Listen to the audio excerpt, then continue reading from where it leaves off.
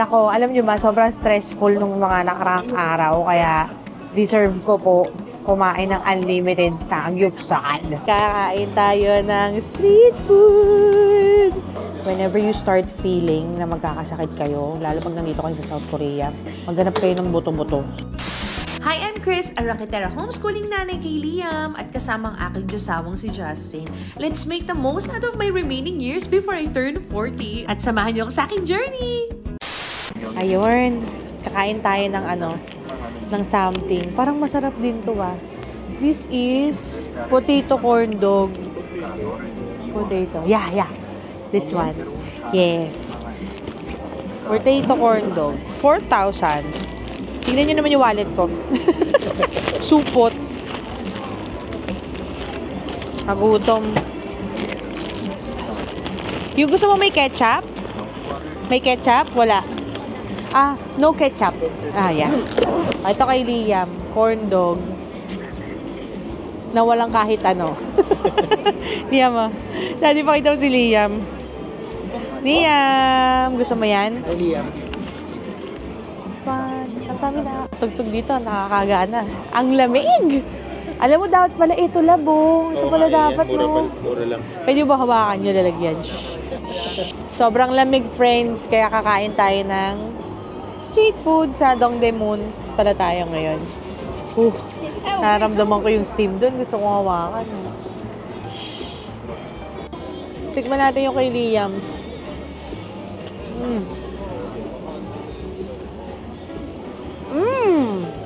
Stop.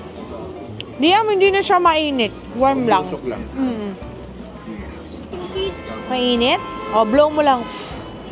Yarn! Kamsahamnida! Wow! Look! Sarap!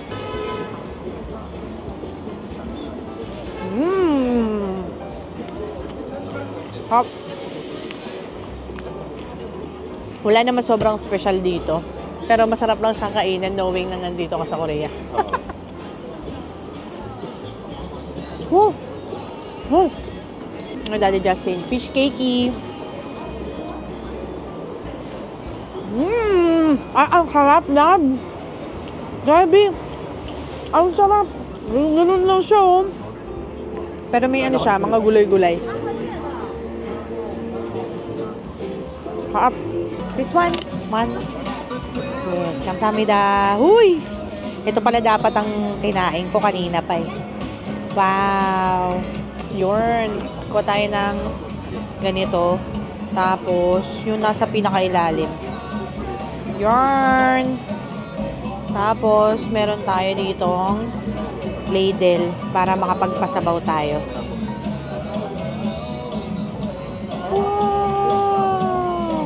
Ang sarap sa kamay. Kasi ang init. Uy.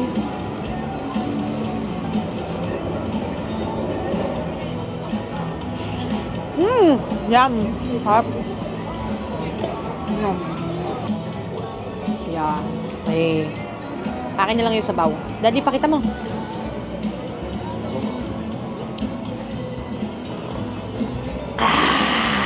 Ito hindi ko na video yung storefront, sayang. Kasi medyo umuulan kasi sa labas nitong mga time na ito na nagsushoot kami. Pero you have to try yung burger and fries sa No Brand. Tingnan nyo naman yan. Ang sarap, friend ko. Tingnan nyo. Para sa fast food, sobrang kapal niya, diba? Ang sarap nito. Tapos hindi nga siya magkasya sa bunganga ko. Sa pagbuka ng bibig ko sa sobrang kapal niya. Tingnan nyo yung patty, friend. O, diba? Makapal. Mas makapal pa dun sa actual na tinapay. So, syempre, isang order lang ang ginagawa ko pag mga ganito. Kasi hindi ko naman nauubos. Kaya si Daddy Justin yung kakain ng natira. And yung cheese balls nila, sobrang sarap. Hindi ko maintindihan kung lasang donut ba siya o lasang... Hindi ko siya ma-explain. Basta ang linamnam. Basta masarap. Oo. And so we found ourselves sa Myeongdong. Maulan. Ayoko masyado maglibot. Kaya hinanap na lang namin tong unlimited samgyeopsal. Yung tori, tama ba yung pagkabasa ko sa kanya? So, ito po ay unlimited meat. All you can eat. Pero 2 cuts lang siya ng meat. Parehong pork. Pero okay lang, hindi ako magreklamo kasi sobrang linamnam ng karne nila dito. Ang the best pa dyan, tingnan nyo gano'ng kakapal As in, quality. Oo, hindi yung lasang mass-produce. May ganun ba? Lasang mass-produce yung karne. Ha? Nako, alam nyo ba, sobrang stressful nung mga nakaraang araw. Kaya, deserve ko po kumain ng unlimited samgyupsal. Daddy, sarap. Tsaka ano dito, Anli Sabaw, friends, which I love. Medyo pilitan din pala ako sa lasa ng soybean paste. Kaya yun ata yung tawag dito. Kasi may mga ibang sabaw na nalalansahan ako. Tapos sobrang maasim sa panlasa ko. Ito, malinamnam and very garlicky. Ito yung worth the hype na unlimited samgyupsal or Korean barbecue na nasubukan ko dito sa Korea. Kadalasan, medyo nahihirapan ako maniwala sa mga nagre-recommend na mga pagkain kasi hindi ko alam kung inuunggoy lang ba ako o ano eh. Pero ito talaga masarap yung karne nila. Malinamnam. Kapag pupunta pala kayo dito, make sure na huwag nyo itapat sa saktong lunch break o kaya dinner time. Maganda yung mga patay na oras, alas 2, alas 3, ganun. Para wala masyadong pila kasi minsan umaabot yung pila nito hanggang doon sa labas. Kuha tayo ng extra plato para hindi tayo mabitin. Labo. Andito pala ang Daddy Justin at ang Liam. Kasi lang ni Liam magpagupit ng opa haircut.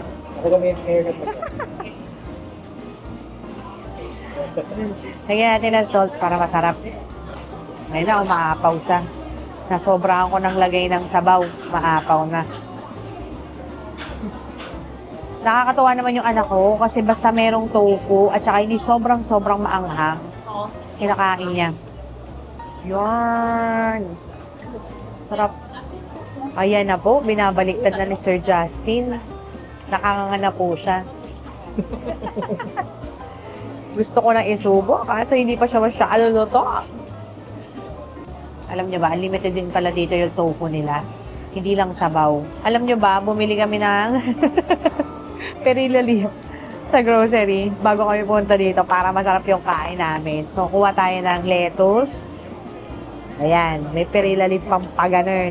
Kasi deserve natin to. Sobrang dami nating ginawang trabaho.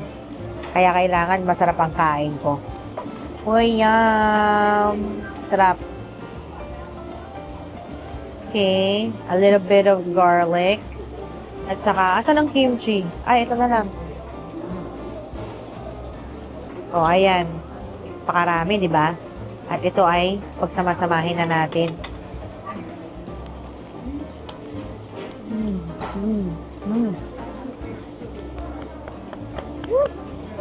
Try natin na itong perilla leaf lang. So, meron akong ginawang sausawan dito. Ano to eh? Yung sesame oil with salt.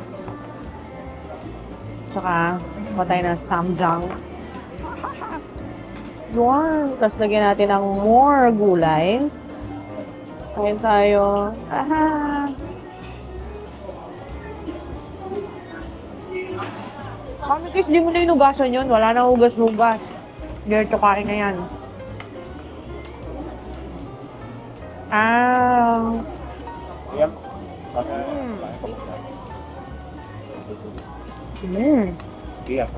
So, I am feeling under the weather again. Medyo maingay lang dito kasi ang dami nagiinuman doon sa kabilang table.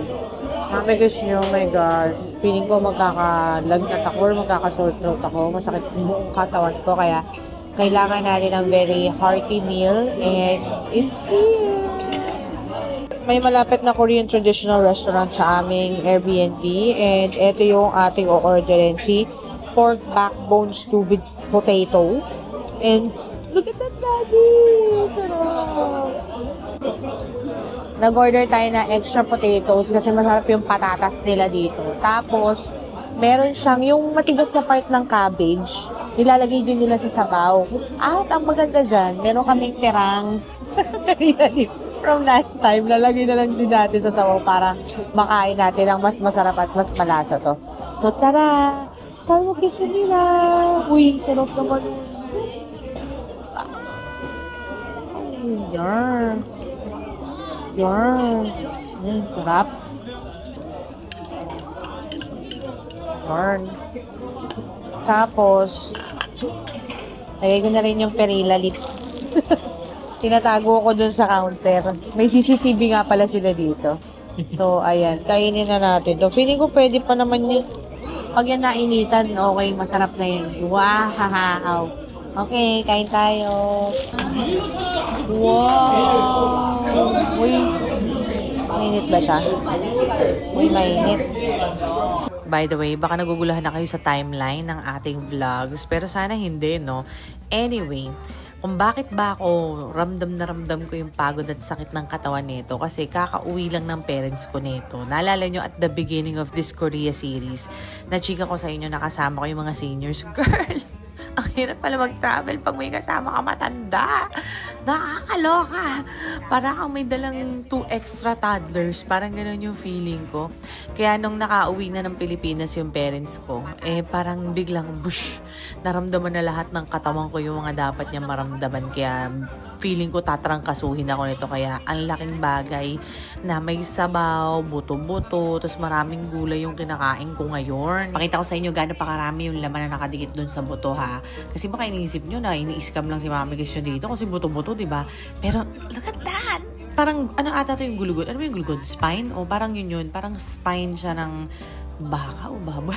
Hindi ko alam kung ano. O basta, ng hayop. Napakasarap. Opo.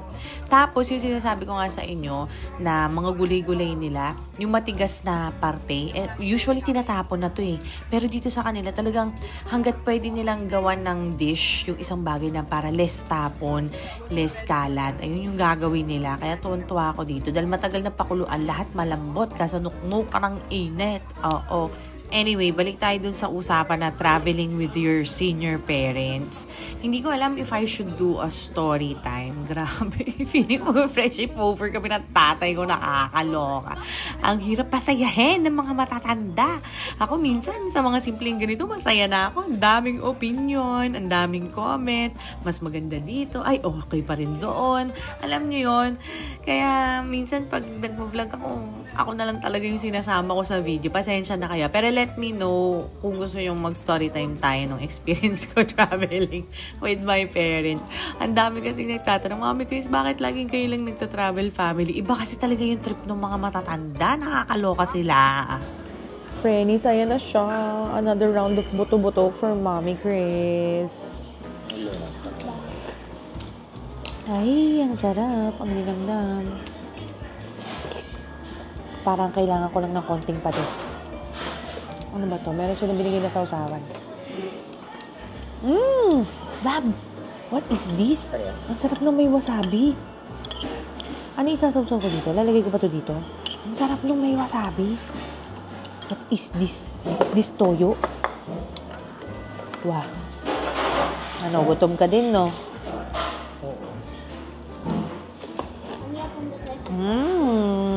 Sarap. Meron po tayong rice, mga freni ko.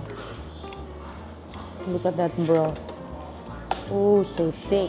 Tapos ito, puro laman yan, oh. Puro laman, mga freni ko, oh. Ang harap. Ha, hindi masubo, mainit. Oh. Ah.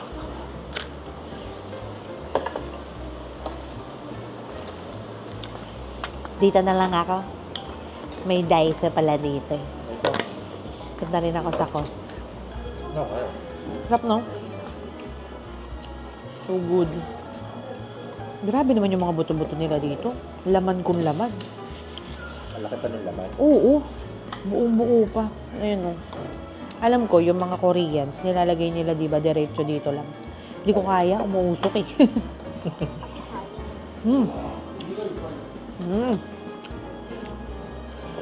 Whenever you start feeling na magkakasakit kayo, lalo pag nandito kayo sa South Korea, maghanap kayo ng buto-buto na restaurant para lumakas kayo. Ang daming gulay. Opinion ko lang, mas masarap kumain sa ganito kaysa sa food court ng mall. Di ba, Lam? Tumalsik siya! Nalalaban ka pa, friend, ha? I never thought it would work with ano. Wasabi.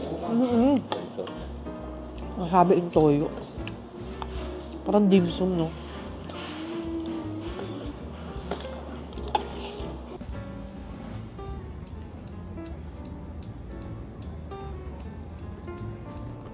Annyeong everybody. Ang Mami Kiss may dalang herb salt. Kasi, makain kami ngayon ng hulaan nyo. Chicken. Malinamnam yung chicken. Yun nga lang. Gusto ko nang medyo maalat-alat pa. Partneran natin ng tteokbokki. Uy, tumulo.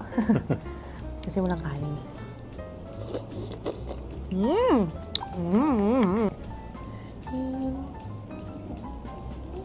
Yan. Wala naman kasi akong patis. So, herb salt na lang.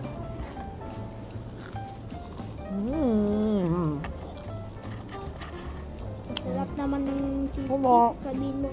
Sabihin mo din sa mga drinks ko. Kaya naman dito kumakain ng cheese stick. Sa gilid siya. Ang gilib.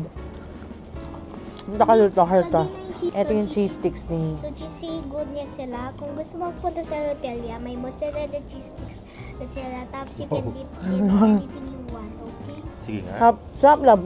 Yan. Example, pwede ka maglagay ng herb and salt kung France kaya ng asin. Yun. Ng salty food. Para siyang tteokbokki na may cheese sa loob. Sarap yan. Parang gusto ko pa mag-order niyan. Masarap din yung mozzarella cheese sticks ng Loteria. Perfect partner. Hindi kami umiinom ng beer, chilsung cider. Di ba yung beer? Ah! Di ba yung beer may sugar sa scrambling? Di ba? Sabi yun. Kami konti lang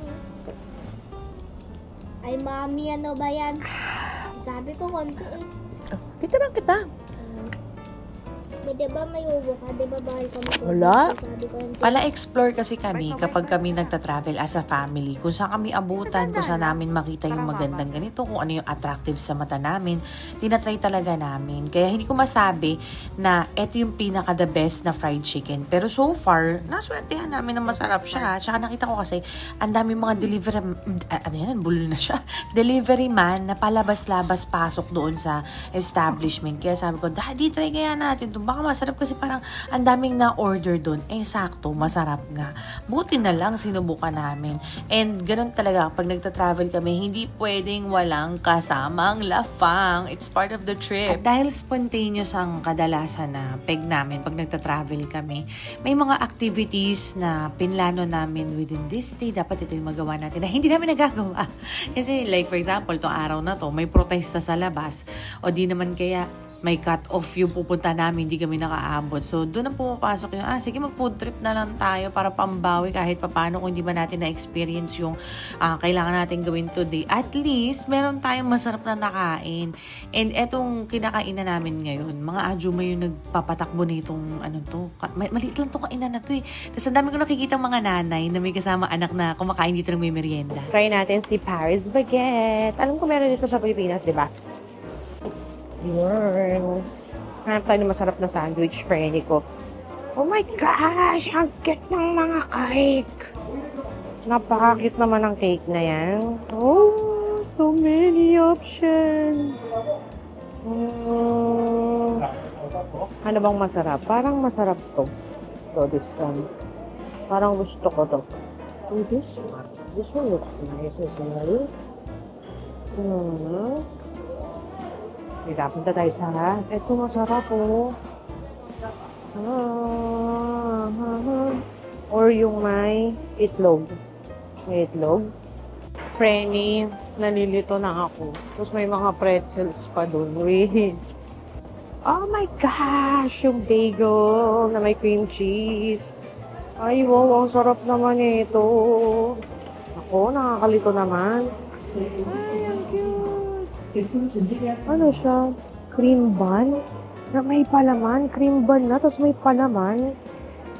Ito favorite ko tayo. Yung may mga sausage. Uy! Ang sarap naman ng may mushroom, friends. Ito may... potatoes and peas. Ang sarap naman. Teka lang, friends. Hindi ko na alam ano nang bibili natin. Oh. This one is... What is this? Medyo mas mura siya, At ang mura ng Paris Baguette dito sa Toll Station ang mahal. Uy, ang cute naman ito. Then, hey, it's time to choose. Daddy. Anong gusto mo? Parang masarap sa akin to. Anong gusto mo? May gusto ka, lab? Okay na sa'yo to. Ayan. Gusto nyo po yon? Ay, Liam, tingnan mo to. Halika. Yung bagel na may cream cheese, dad. Sarap. Ito, Liam, may fries, oh. Gusto mo to try? May fries, may hot dog. Ito, oh. Oh, may chicken. Daddy, may chicken, oh.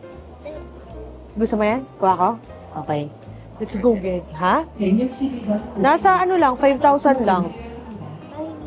Dog, tingnan mo. Ang ganda. Diba? Joystick. Okay. Ano pa? Ito, masarap din yung corn eh. Anong gusto mo? Yung ano? Yung may potato? Start tayo kay salt bread. Yung salt bread nila dito, parang hindi siya flaky, pero malalaman natin pag si Liam na ang tumigil. Inak. Tostado pa yung pinili ko. Ah, iba. Iba siya lang. Oo, yung salt bread, hati ko sa gitna. Yung salt bread na binili natin, flaky sa loob. Oo. Siya parang bowling. Oo nga. Sarap. Try natin yung sandwich. Sobrang mahilig ako sa sandwich. Tikman natin kung kamusta siya. Buti nakahiwa-hiwa na siyang ganyan, love. Ang cute. Oh. Ayun na nga, sinasabi ko sa inyo. So, kakainin ko na yung lettuce. Dapat i-cut mo, mami po. Like cut yung... Ako lang.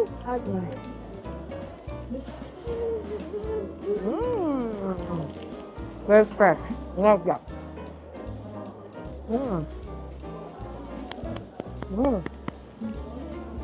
Yung sa akin, yung meron chicken sa ibabaw. So, buksan na natin siya. Oo nga. Kintab-kintab.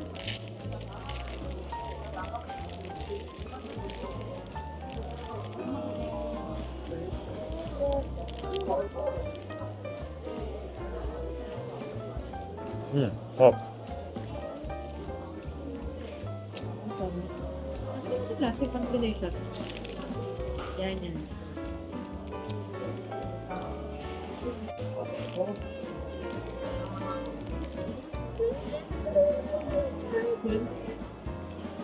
Sobrang savory ng chicken.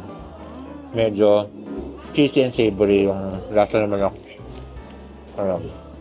Ay, nakalimutan ko i-chika sa inyo. Pansinin niyo yung mga kinakainan during lunch break ng mga workers. Oo.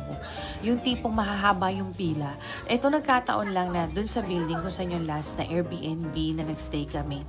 Nagulat ako, merong mahamang pila. Tapos nagsa-sign up sila. Eh, di ang mami ko siya very chismosa. Naki-sign up din ako. Tapos nakita ko from the outside. Ayan, glass naman din kasi.